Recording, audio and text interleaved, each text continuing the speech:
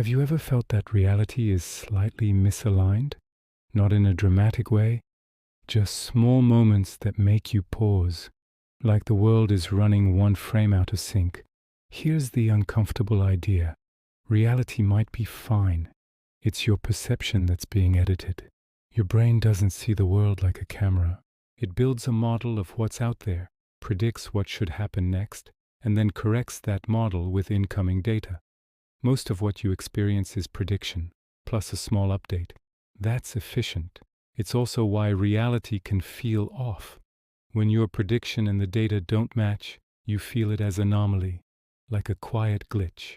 Now meet the first editor. Attention. Attention is a spotlight. Whatever it illuminates feels important, and suddenly it feels everywhere. Whatever is outside the beam fades into the background, even if it's right in front of you. Think about walking through a busy street. Your eyes receive thousands of details: faces, logos, traffic lights, footsteps, reflections in windows.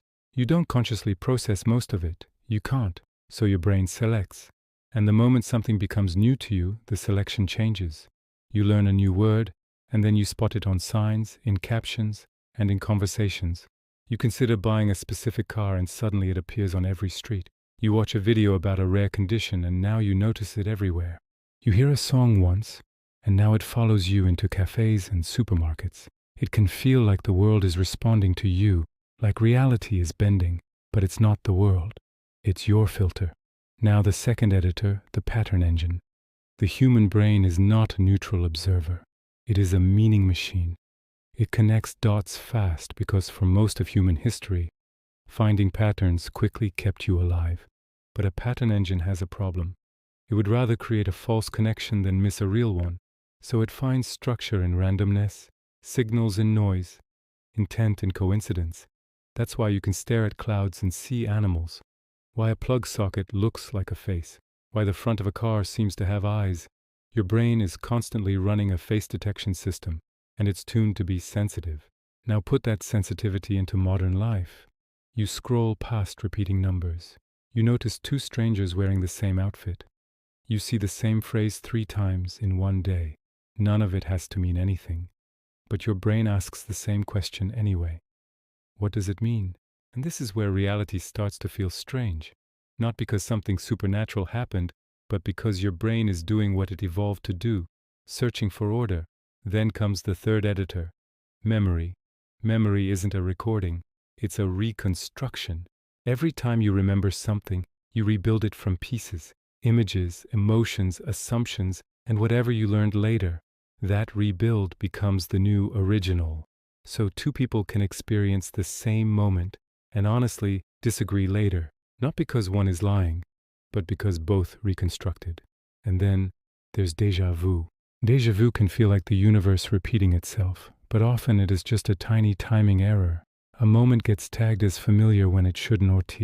For a second, your brain treats the present like a memory, and reality feels like it's looping. Now add the modern amplifier, the feed. Your feed is not a window onto the world. It is a machine that measures what holds you, then shows you more of it. If you pause on something unsettling, it learns. If you watch to the end, it learns harder.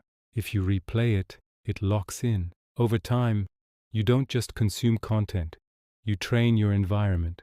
So your brain is already filter-based, and now your media becomes filter-based too. Filter plus filter can make reality feel warped, like everyone else is living in a different world. And sometimes they are. Not because reality split, but because attention split. Let's prove the filter in 60 seconds. Look around the room you're in right now. For the next 10 seconds, silently count how many red objects you can see. Ready? Go. Now stop. Without looking again. How many blue objects did you see? Most people can't answer. Because the moment you chose red, your brain pushed everything else into the background. The blue objects were there, but they weren't selected. That's the quiet glitch. Your brain doesn't show you reality. It shows you a curated version of reality based on goals, fears, habits, and whatever you've been feeding your attention lately. So if reality sometimes feels off, it might not be a crack in the world. It might be the way your brain predicts, filters, and rewrites. In the next episode, we'll go deeper into memory, why you can be completely confident and still be wrong. Welcome to Odd Reality.